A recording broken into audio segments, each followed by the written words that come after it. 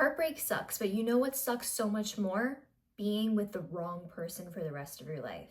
And in today's video, I'm going to help you get over your heartbreak. And this is a video that you are going to be able to come back to as many times as you need to, because healing is not linear.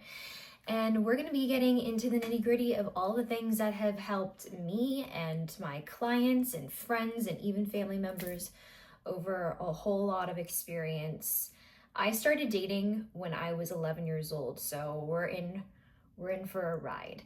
If you don't know me, my name is Emily Ampar. Welcome to or welcome back to the channel. I talk about all things self-development here, so if you're interested, make sure to subscribe and hit that like button. So whether you're watching this going through your very first heartbreak, your third, your 10th, your fifth, a small one, a big one, a life-shattering one, a life-changing one, it doesn't matter. We're going to be covering it all. So let me give you a little bit of the background.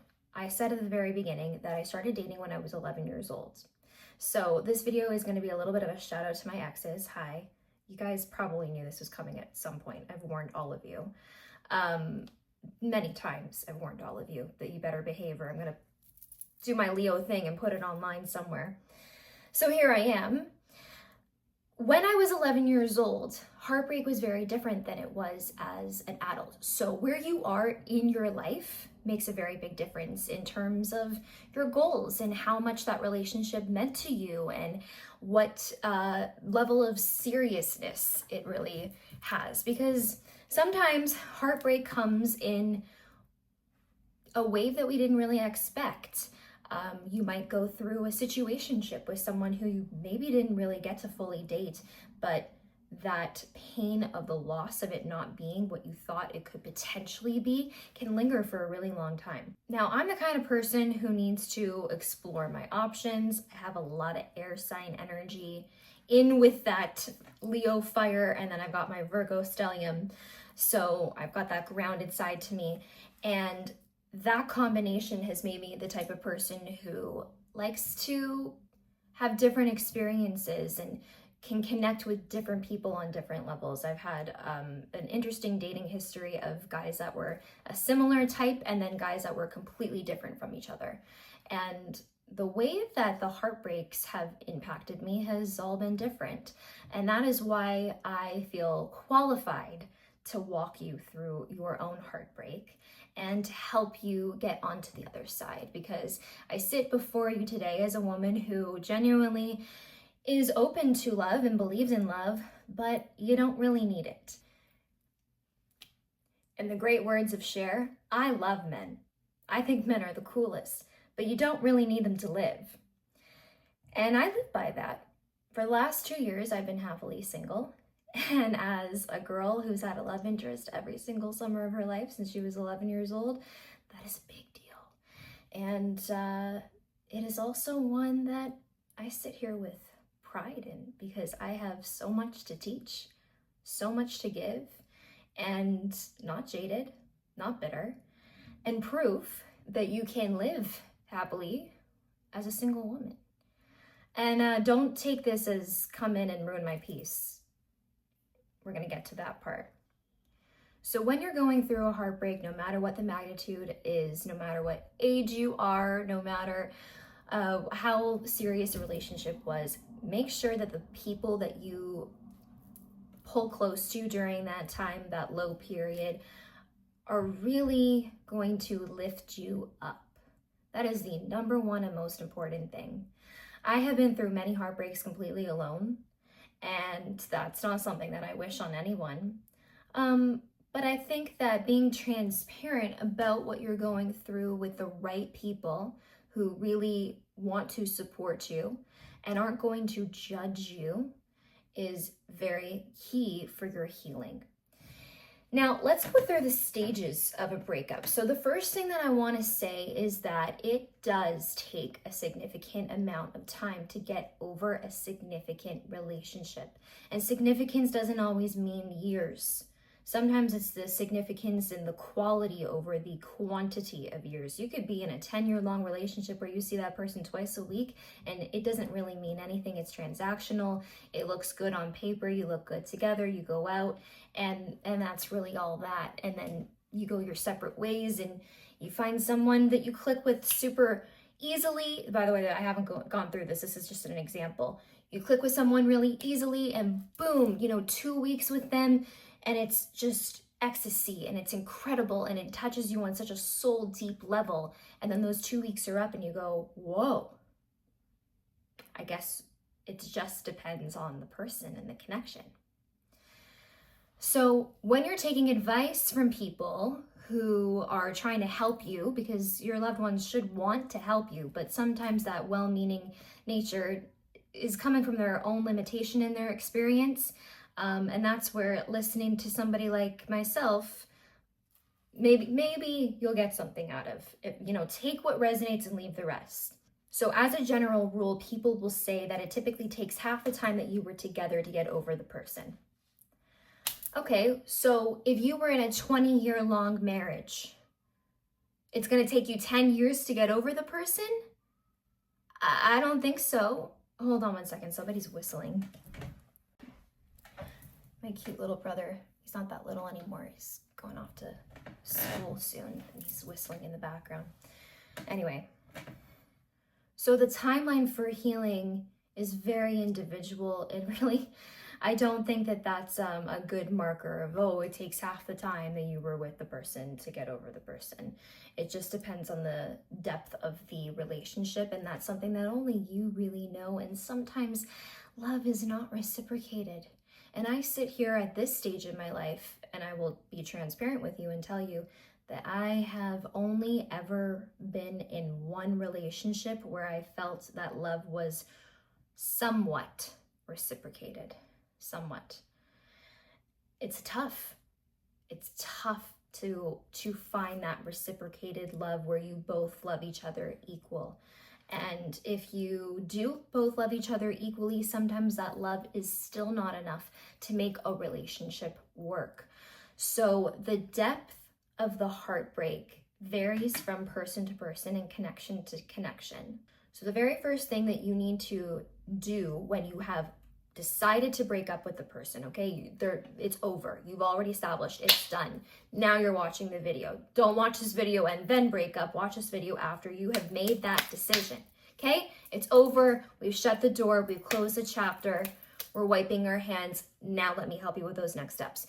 That next step is deciding what the communication is going to look like going forward.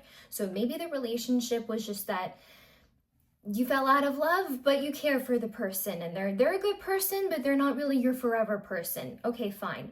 Maybe in some cases, some people, they like to stay friends. In other cases, it's unhealthy. It maybe even leans towards abuse or toxicity. And in that case, see ya, sayonara, bye. I might have to do a banishing spell or hire an Etsy witch to do that. That won't be me though. I'm not the Etsy witch. The spectrum, right? The spectrum of what the communication is going to look like going forward. My suggestion, when it's really fresh, block. Block. As hard as that is, block them. Cut them out. They shouldn't see what you're up to. You shouldn't see what they're up to. It's way too fresh. It's too hurtful. It's too hard. And when the heart is already really sensitive, you do not need to do anything else that's going to trigger it. So blocking is the best thing that you can do. Now, anything that reminds you of them, you don't have to go through and get rid of right away. In fact, I actually think that in some relationships that you should keep things as long as they're not sentimental things. For example, if you're with a partner who bought you gifts that you can rewear, shoes, bags, watches, sunglasses, jewelry, even certain clothing items, so long as you are not a sentimental person and you're not attaching that memory to them, I vote keep them unless they're really not your style anymore or something like that. You can cleanse them, you can smoke cleanse them, you can do a sound bath, you can air them outside, hang them on the clothesline to get some fresh energy, clean them, put them in the wash. But I don't think you should necessarily go and get rid of everything just because you went through a breakup. But if you are a very sentimental person and it's something like a stuffed animal or something that they made for you, it might be a better idea to get rid of those items. That's the first thing, is deciding the line of communication. I always suggest blocking. I always suggest deleting the number, and getting rid of the things that remind you of them. And again, you don't have to get rid of them right away. You can ask a family member, a friend, somebody to put them in a box. Hey, these are all the things that I collected through this relationship. Can you put this somewhere that I don't have to see it? That's what I have done actually more than once. And then over time, once you heal a little bit more, maybe you can look at the box from a little bit of a healthier place and decide, okay, I can get rid of this, or I can keep that, or whatever. Now, in some cases, you might want to get rid of stuff right away. A picture, for example, I would say if you have a physical picture, you should probably burn that. If you're done, go burn that. Go burn that. It's better to accept that the relationship is over and burn it and not reopen the door. And I am a believer that if you have closed the door, that the door should be closed for good. I've been in more than one on and off relationship. What often happens is during that off period, a lot of the times one person thinks you're off and the other person, the woman, often doesn't think that you're off. And the man thinks that you are. And then there's other energies that come into the relationship, whether it's opinions or dating other people or hooking up with other people. So when it's done, accept that it is done and start making those moves on those physical things and the lines of communication so that you can start to shift your focus elsewhere. So that's the next step, shifting your focus. I say this all the time. If you want to heal, if you want to get your mind right, you need to keep this in your head and glue it, keep it there forever. Where attention goes, energy flows. So shift your focus and focus on what is going to be empowering for you.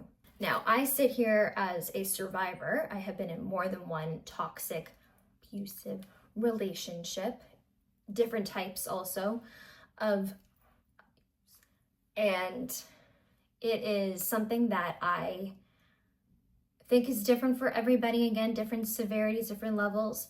But one of the most important things as someone who has survived that is coming back home to me and learning how to stop self-abandoning.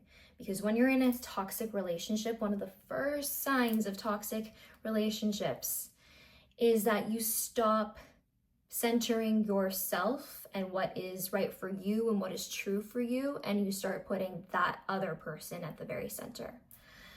A healthy relationship won't do that. A healthy relationship, you will be able to be your authentic self in equally, and you will both love each other for each other's authentic selves, and it'll just be a match. But if you have gone through even any level of self-abandonment in that way, it doesn't have to be a super toxic relationship to do that. Sometimes we just get so hung up and in love and blindsided that we maybe focus a little too much on the other person than we do on ourselves. Come home to what you love. What are those things that light you up? Write a list. What are all the things that you love? What are the movies, the TV shows, the books, I'm talking about media because it's a really great way to start getting your mind off of things, is just to consume healthy media that is good for your inner child specifically. Like maybe it was a favorite childhood book or a childhood movie. If you're someone who doesn't really remember your childhood that well, pick something that you feel like you would be interested in if you were a kid. That's a great way to come back to that like wholesome, nurturing, loving nature, especially if you felt that a lot of the nurturing has been stripped from you. That's a great way to start to get your mind off of things. So make that list. What are the things that you love? Hobbies that you maybe haven't picked up in a while, friends that you haven't seen, projects that you haven't done, courses that you might be interested in, places that you want to travel. Maybe it's a family member that you haven't visited in a while. Maybe it's just cleaning and organizing and like really kind of creating space for something new to come in. Whatever it may be, I think that's a really, really great way to start, is just to make that list and then start checking off those things on that list. Now, if you're watching this say it's the very next day after your breakup, or it's like a week, you need to move your body. If you haven't already moved your body, get up, go to the gym, go to a class. I'm not going to sit here and say go to the club, but if you are going to go to the club, you better dance. I don't want to see you hanging out at the bar too cool, like all these lamos I see out in Toronto. Looking around, does anybody look hot? Dance. What's wrong with you? You are objectively not too cool to dance. And dancing in somatics is one of the best ways for you to raise your energy, to raise your frequency, to feel good, to let it out, and to free yourself from that heaviness that you may be feeling. So even if it's just dancing around your room, even if you don't feel like it, you can trick your mind. I'm celebrating this new chapter that I'm stepping into because this one just ended. And with every ending, there's a new beginning. Now, one of the most important and efficient ways for getting over heartbreak is to take your pain and to transmute it into art. That can be anything. Art is subjective. Maybe it's writing a poem, maybe it's writing a song. Please don't send it to the ex. Don't do that. Don't do that. Watch the Barbie movie. It's embarrassing. Don't do that. I've received so many poems and songs, voice notes, and yes, some of it makes me smile, but once the door is closed, let's keep that door closed, okay? Do it for you. You could write a letter. You could write a letter to that person. I think that sometimes that can be very therapeutic. I'd suggest not sending it, but in some cases where you may not have had closure, sometimes you gotta send that letter. God knows I have sent many, many spicy letters. Spicy letters, spicy emails. I'm not done. I need to get that final say. Sometimes that's the way it goes, right?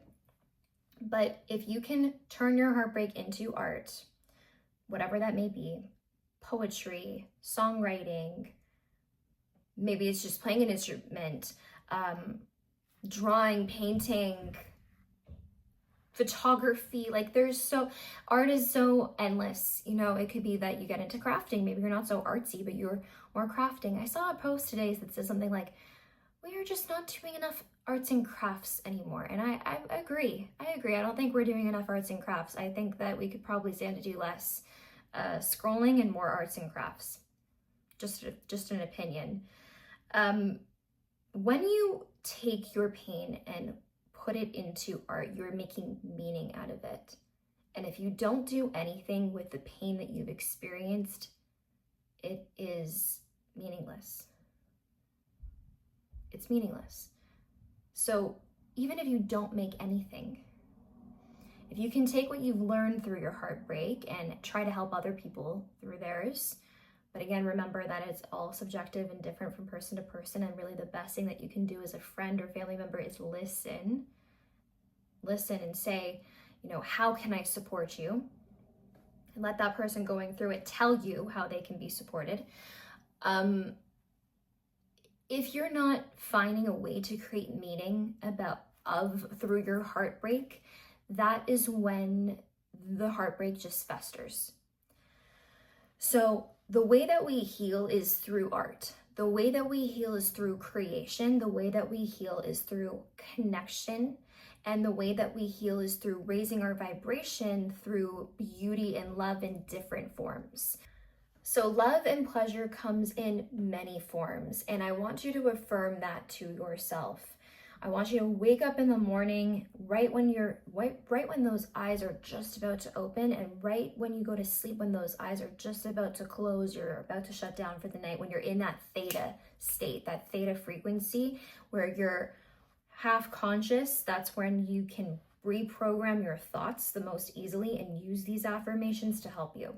I want you to say to yourself, I am open to love in all of its forms. I am open to receiving love in all its forms. I put love into everything that I do. I am I am calling back my energy from all places, spaces, times, people, and dimensions where it may have been leaked, oppressed, or blocked. And so it is. Those two are life-changing when you're going through a heartbreak. The more affirmations, the more mindfulness that you can practice, all of those healthy habits, moving your body, getting your nutrition in, making sure that you're sleeping, making sure that you are loving on yourself. Now there's no one else to check on those things. So you have to be that one. Instead of waiting for that text that says, did you eat today? You got to make sure that you eat today. You got to love on yourself like you are the most incredible person in the world. And then as a result of you practicing self-love, practicing self-worth, practicing self-respect, learning how to walk away and set boundaries and close a line of communication when something is truly over and recognize when something is no longer serving you.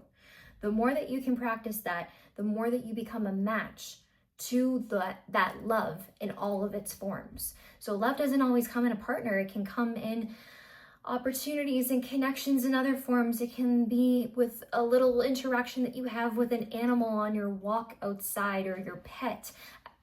When you put a limitation on love being from one person, that is what closes off the heart for good, and we don't want to do that. The heart remains open when you decide that nobody gets that power over you to close your heart for good. Now, I want to speak to that part about learning how to walk away when something is just not serving you anymore and it's really done and it's just not in alignment with true love and respect for yourself, okay? In some cases, and a lot of people are not going to tell you this, in some cases, you need to be disgusted by that person in order to get over them.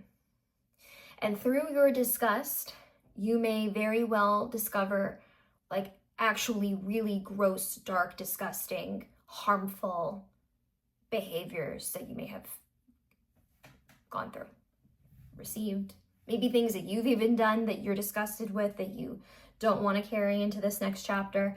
That can happen as well. But that disgust part of your healing is necessary. I am at the age where I have to literally gaslight myself into no longer being attracted to my type. Because there is a difference between type versus attraction. And a type is a pattern, whereas an attraction is more based off of a connection and values and what would be the most respectful and loving. So when you go through that period of disgust, you may find that your type is actually disgusting.